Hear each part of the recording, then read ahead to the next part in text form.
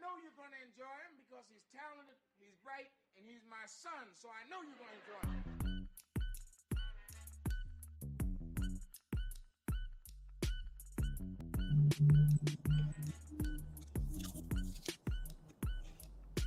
Right to vote, MLK, just happens to be Black History Month. Shouts out to MLK. The right to vote is real significant.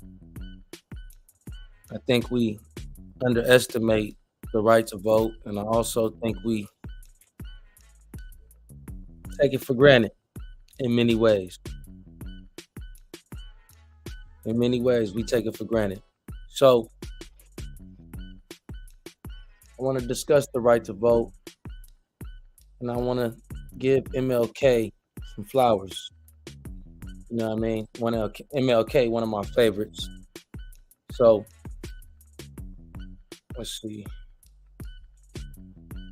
Make sure we get it on this one too. So, MLK, when he was fighting for integration, fighting to get integrated, and fighting for the right to vote,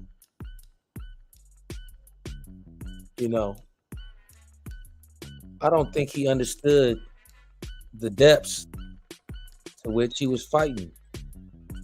Fighting for the right to vote and for integration was a mighty step to take, and his viewpoints differed from Elijah Muhammad, the Nation of Islam, but it seemed like they had a common goal. And many times we could have a common goal, but different ways of accomplishing that common goal, right? So two different paths could take us to the same destination. And I think that's the likes of the relationship between MLK and Elijah. But the right to vote is real significant. See, what you got to know is in 1866, it became law that we had the right to own property. Right? Fresh out of slavery, we had the right to own property. However, we didn't have the right to vote, which means we weren't constituents. We weren't constituents of any state or the federal government.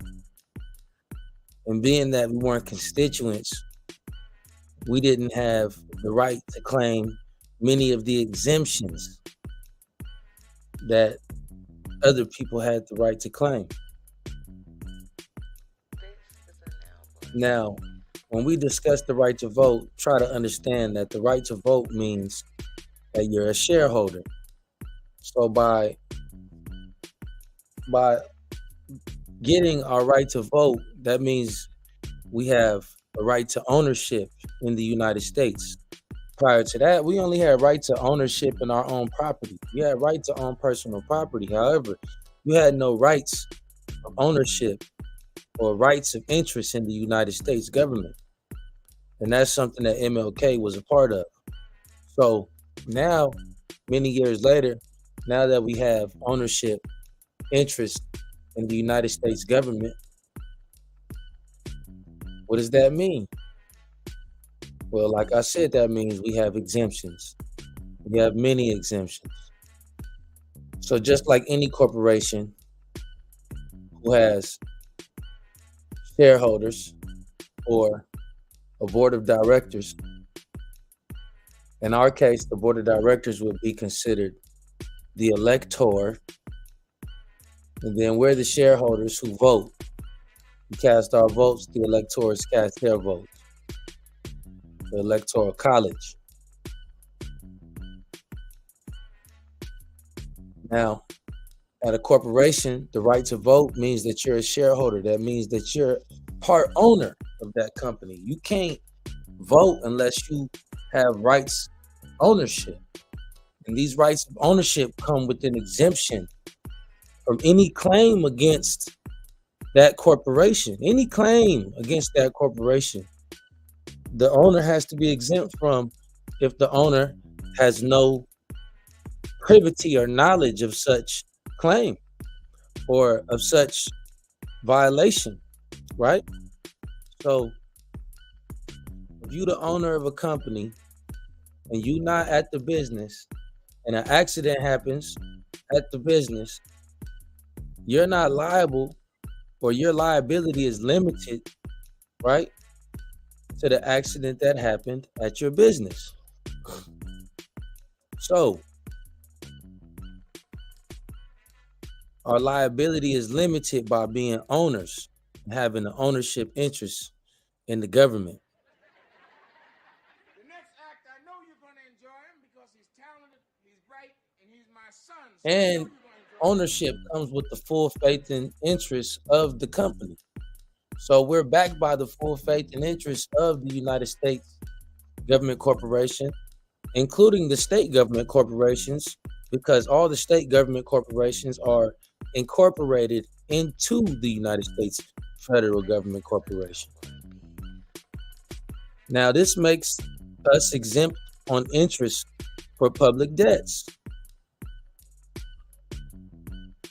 Having the right to vote makes you a constituent, and constituents are exempt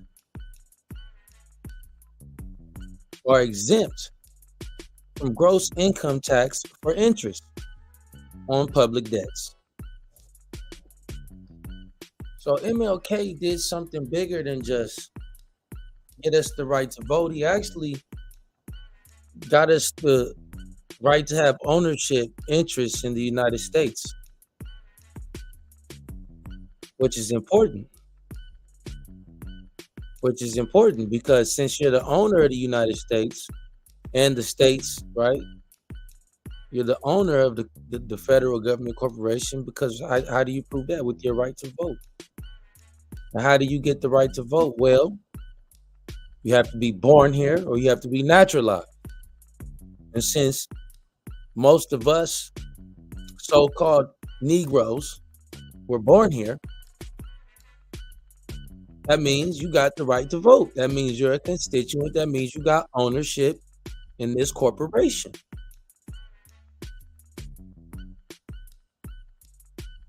Which means the interest on any public debt is exempt from levy. So therefore, interest must be released to you. You're the interest holder.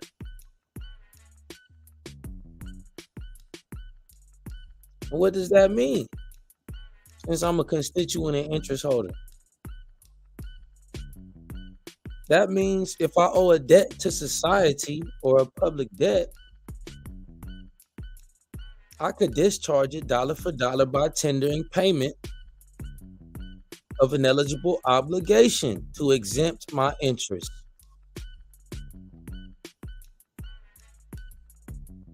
Now, these two brothers, they knew more than what we see on face value. Many of us are aware about or of Elijah Muhammad and his entrepreneurial, business savvy ways, opening banks, opening grocery stores, opening clothing stores, etc., and laundry stores and stuff like that, or cleaners and stuff like that, what have you. MLK, college student, book smart, hung around a lot of the elites, a lot of the people with money, the black people with money. They had plans, very intelligent men. One was for the segregation, one was for the integration. See, we already had ownership, so we didn't really need to integrate, but MLK was like, man, we should integrate because we could have interest in the United States, which is the biggest growing corporation in the world. The only company bigger than Coca-Cola is the United States. Bigger than Coca-Cola. Bigger than Frito-Lay's. So why not have ownership interests in this corporation? Why not? Would it hurt to be a shareholder? Well, what did MLK say about that? I must confess that that dream that I had that day has at many points turned into a nightmare. Now, I'm not one to lose hope. I keep on hoping. I still have faith in the future. But I've had to analyze many things over the last few years, and I would say over the last few months. I've gone through a lot of soul-searching and agonizing moments. And I've come to see that we have many more difficult days ahead, and some of the old optimism was a little superficial, and now it must be tempered with a solid realism. And I think the realistic fact is that we still have a long, long way to go. See, integration was a nightmare. Integration was a nightmare. He felt as if though he was leading us into a burning building. See, integration wasn't good for many reasons. Is it really worth having ownership interest in a corporation when the devil gonna be the devil anyway? You know, Elijah was, the devil gonna be the devil, but for the sake of today's discussion and for the respect of the government, let's give him a chance. Let's give him a chance. And that's why this video is titled The Right to Vote. Emphasized. Because the right to vote is important and it's taken for granted. The right to vote means you are a constituent. And as a constituent, you have exemptions in the law. And these exemptions are designed to keep you out of jail. This is what the Civil War was fought for. See, it's bigger than Martin. But the Civil War was fought for your exemption. Nobody wanted you to be exempt from slavery. Nobody wanted you to be able to claim interest in the United States or in any government corporation. They would go all the way to the end of the earth to fight you. So make sure, to be sure that you didn't have the right to vote, or you didn't have the right to own property, or you didn't have the right to claim an exemption. An exemption on for the interest on the public debt. See, we had already paid our debt to society many years ago. And a lot of us talk about reparations, but the reparations come in the form of the exemptions for the public debts.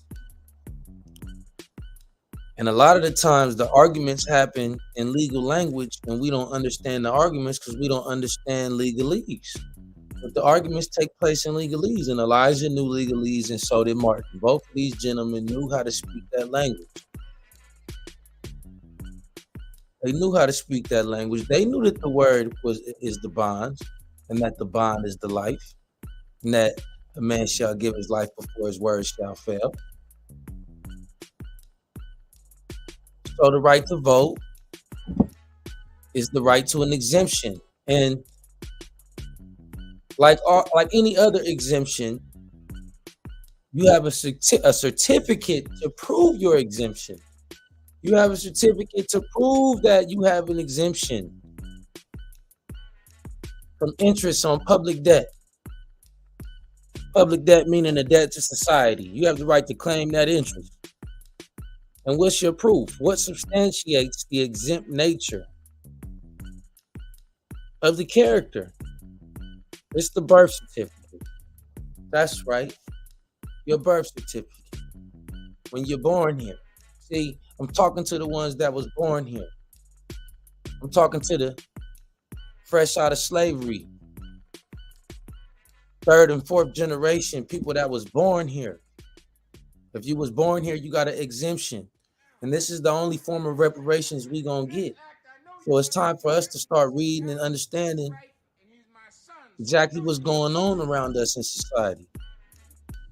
Why do people die and fight for the right to vote? Why? Why do people want to be integrated, and why do people want to be segregated? What is the difference? Well, the difference is when you're segregated, you still have ownership interest in your property, but you don't have ownership interest in the government. That's why they segregated your ass. That's why they kept you away from the general public and they let you have your own area. We can't come mess with your stuff.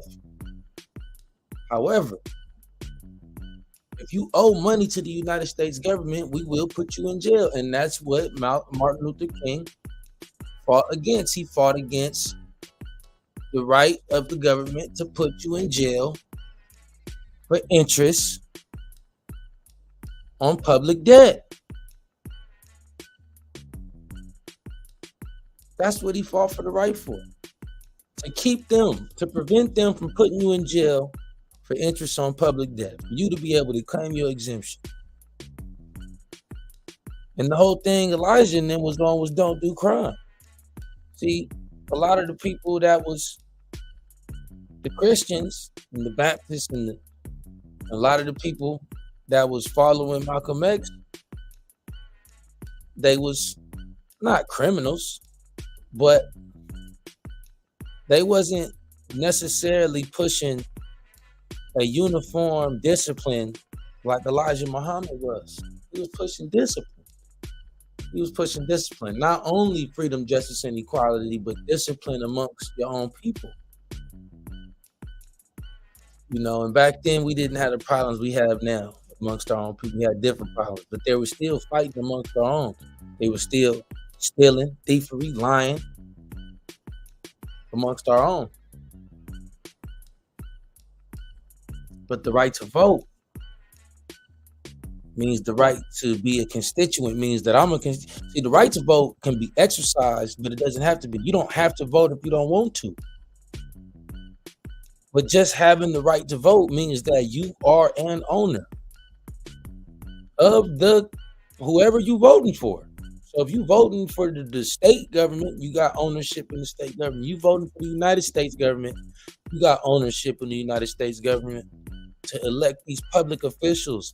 And public service is a public trust, and they owe the obligation to you. The primary obligation is to you. So the right to vote is deeper than just going to push a push card or write down who you voting for. It's really about knowing about how to claim your exemptions as a voter or as an individual taxpayer, how to claim your exemption. You got to know how to use your property. You got to know how to be an owner, a slave owner. All these laws are based on slavery. So you want to be an owner, you got to know how to be a slave owner. Because of course, we weren't considered human beings at one point in time. We were considered property. So dealing with us was like dealing with property, or was dealing with property. Now, dealing with us is like dealing with property. It's similar to dealing with property. See what I'm saying? So deal with your property accordingly. And the main property you got is that exemption certificate. That exemption certificate. Whenever you do anything in this country, you need two things. One thing for sure, and two things for certain. You need a birth certificate. Second thing, if you don't have a social, you need a form of ID. If you don't got a social, they need a secondary form of ID to prove that you're the adult that's presenting the information, whoever you present it to. Look at these clean brothers, man. Look at these ties, man. Silk tie. Look at that outfit, man. These brothers clean, fly, dressed nice, thinking, clear-minded. Look at their eyeballs. Wide open, clear. You know, had a purpose and a goal. JEDO, the right to vote. And that ties into keeping you out of jail, paying your debts to society. See, a voter's debt to society has an exemption attached to it. See, it has an exemption attached to it. And as long as the government is the one asking you for money, then you exempt on that interest. So when they ask you for money, you should be happy they're asking you for money. Because at the same time they ask for it, they got to give it to you. They got to give it to you. They got to pay your interest. They got to pay your way. Why? Because you voted for them. Hey, you work for me. You ever seen them people on them commercials, on them YouTubes or whatever? You work for me, copper. Like Mike Epps said, when white people get pulled over, two people jump out the car. Hey, what'd you pull me over for? You know, they're asking them before the officer even tells them anything. Because they ready to claim their exemption on the spot. And it's my hope that this video persuades you to learn more about your right to vote and to learn more about what it is to be a constituent and to learn more about how to pay your debts to society the right way and to claim your exemption. Right now, we just want to give a shout out to MLK and give a firm meaning of the right to vote and what it is, what it means. You know, the meaning of the right to vote. When banks get started, every company does the same thing because the United States Federal Government Corporation is the corporation. So every other corporation is modeled after that. So now you look at a bank, and a bank, they have to start with a board of directors and they get shareholders and they have to start their bank with an ownership certificate, which is their exemption certificate. And each owner will get one because they all have a share. Each shareholder will get an exemption or a ownership certificate of the bank. And in turn, the bank, whenever somebody has a claim against the bank, that shareholder is exempt from paying the debt. Or not exempt from paying the debt, but exempt from paying the interest on the debt, and also a secondary obligor, because the primary obligor is going to be the government. The United States government is going to be the primary obligor. Because anytime you pay your debt to society the correct way, it comes with an obligation whose principal is unconditionally guaranteed, principal and interest, whose principal and interest is unconditionally guaranteed by the government.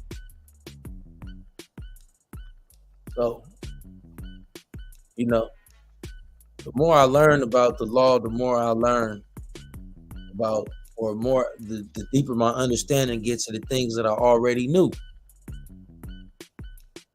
Things that I had faint knowledge of, I get a deeper understanding of now that I'm studying the laws and studying exactly what this system is about. And it's all about debt. It's all about debt, you know. A lot of people didn't run and free slaves. Abraham Lincoln wouldn't have freed the slaves. Abraham Lincoln wouldn't have freed the slaves if the Union or the public debt could have been saved without freeing the slaves. If the public debt could have got saved without freeing the slaves, then Abraham Lincoln would have never issued an Emancipation Proclamation.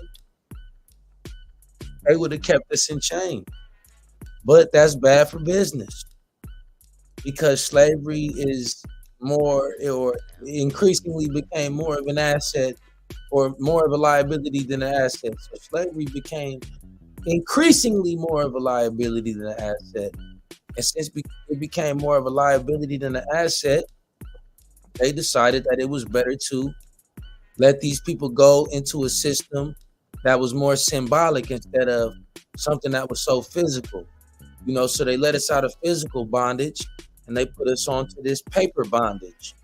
You know what I'm saying? And the fact that they let us out as an ignorant people, being that it was illegal to read and write for hundreds of years, we didn't know how to read and write fresh out of slavery, many of us, most of us. And the fact we couldn't read or write prevented us from being able to take advantage of the laws and of our exemptions and our limitations to liabilities, and to prevent convictions and prosecutions, and to prevent us from going to jail.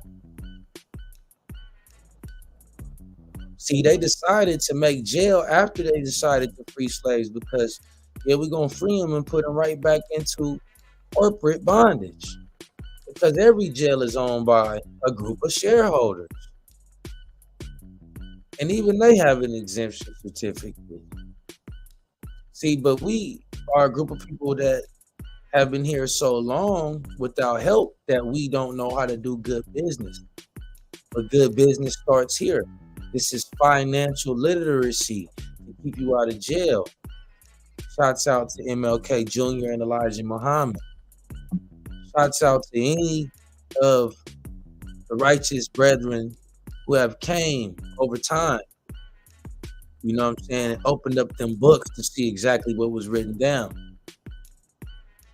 See, because the devil can always be a devil, but knowledge is the foundation. So the more of us that know, the bigger our foundation is. And the bigger our foundation is, the more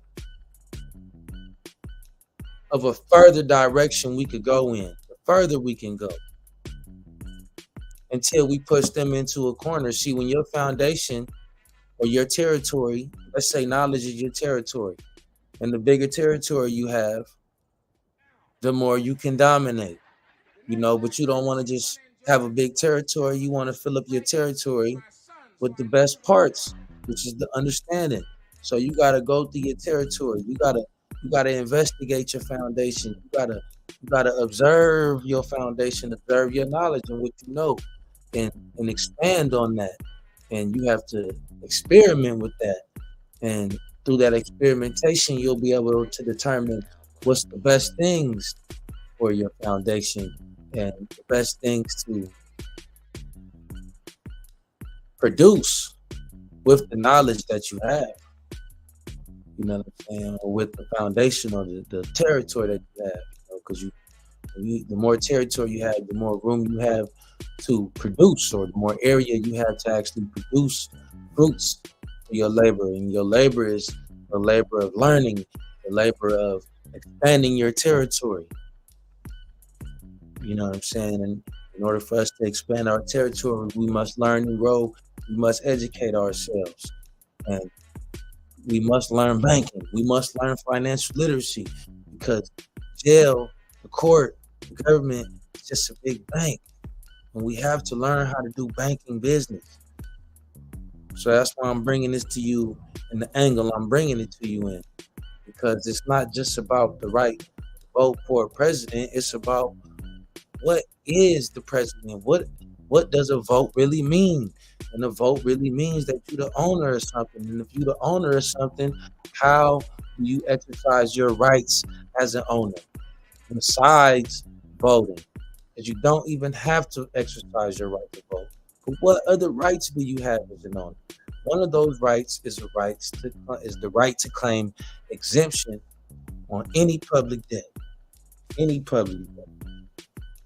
Anything that they put the name that your father and mother bestowed upon you on, that they're telling you owe money for, to the government, you got the right to exempt the interest on that charge.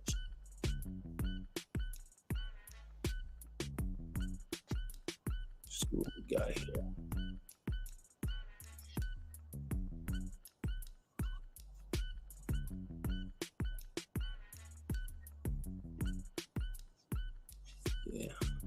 I must confess that that dream that I had that day has at many points turned into a nightmare.